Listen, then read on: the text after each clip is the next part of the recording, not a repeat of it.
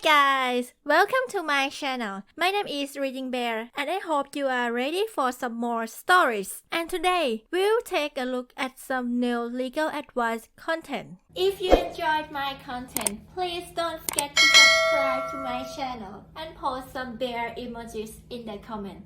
And now, let's dive right into the stories. The first one is titled, Stranger is Claiming My New House. First, I don't believe that I have much to worry about here, just trying to figure out what this person is attempting. Set up. My wife and I closed on a house in Arizona in the middle of October. The house had been on the market and empty for several months, and we didn't move in until the beginning of December. We were moving from across the country. After we closed, our real estate agent checked on the house once a week and put our mail in the house. When we finally got to the house and went through the mail, I found several notices from bankruptcy court for a person using my house as her mailing address. I figured that some far previous owner had failed to update an address at some point and was not concerned. The bankruptcy person was not the person we bought the house from. Today, after owning the house for almost 3 months, this person showed up at our door saying that she had claimed the house through UCC codes as abandoned property and that the house was hers. We explained that we had bought the house with a clean title months earlier and that it had never been abandoned. My wife and I could not really understand what she was getting at or expected of us. She did say that she had never lived in the house before. She did not produce any paperwork, legal or otherwise, that would back her claim. I could not get a straight answer to what are you going to do, and she left without a big confrontation or threat to continue her claim.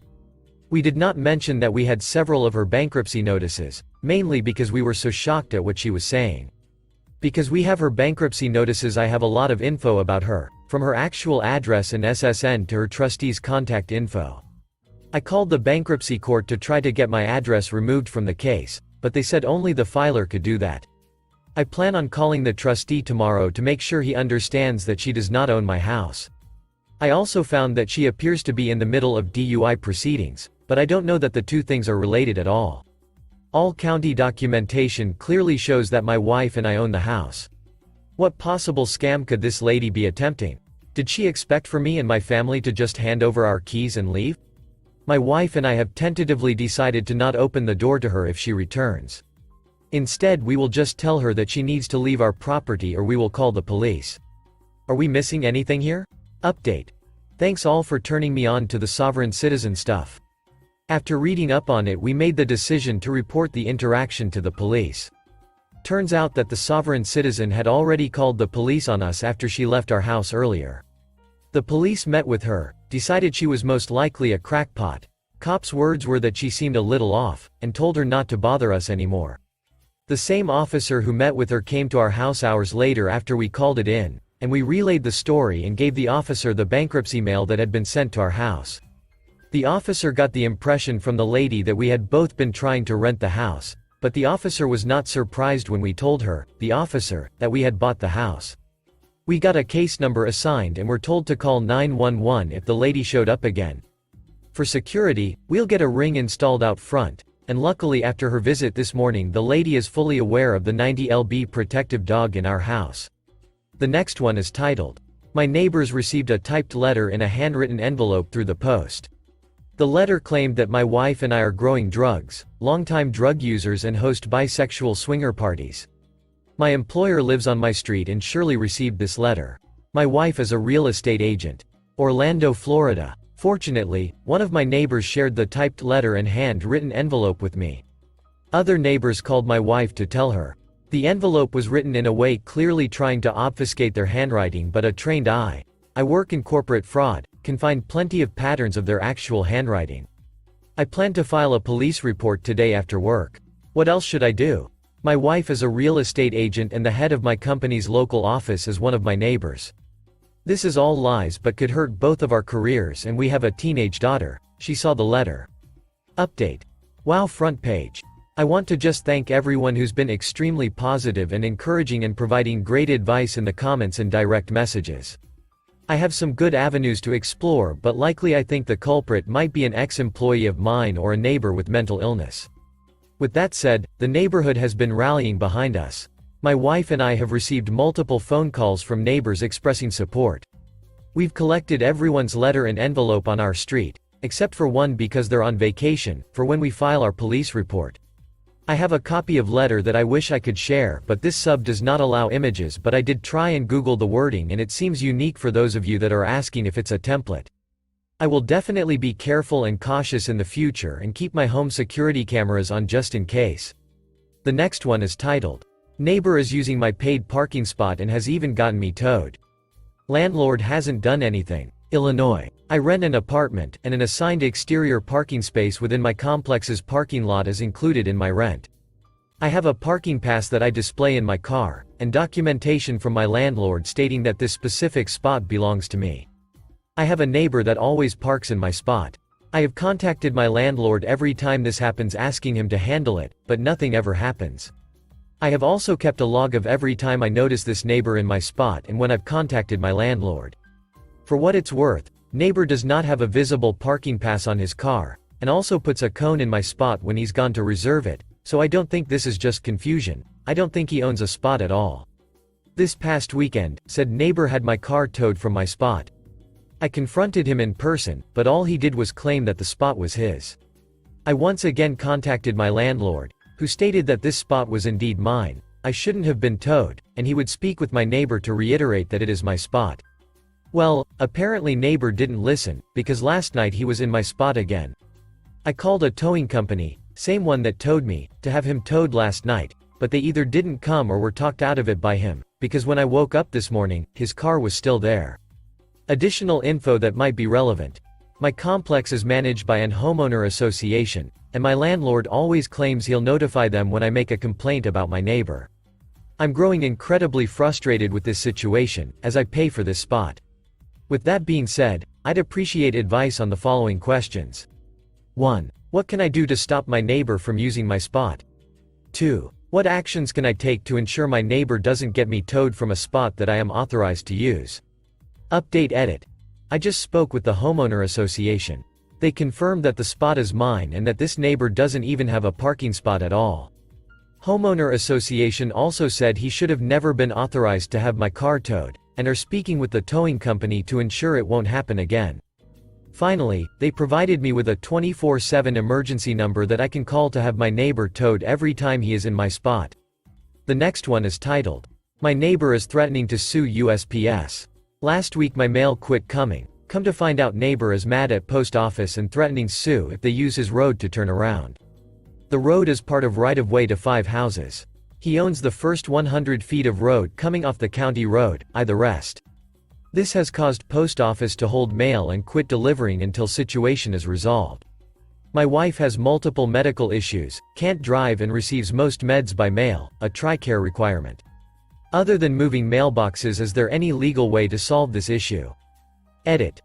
More to the point, I have no plans of being nice to neighbor. I feel USPS should be able to turn around and my mail me delivered to mailbox that has been in place for 30+ years. Updated.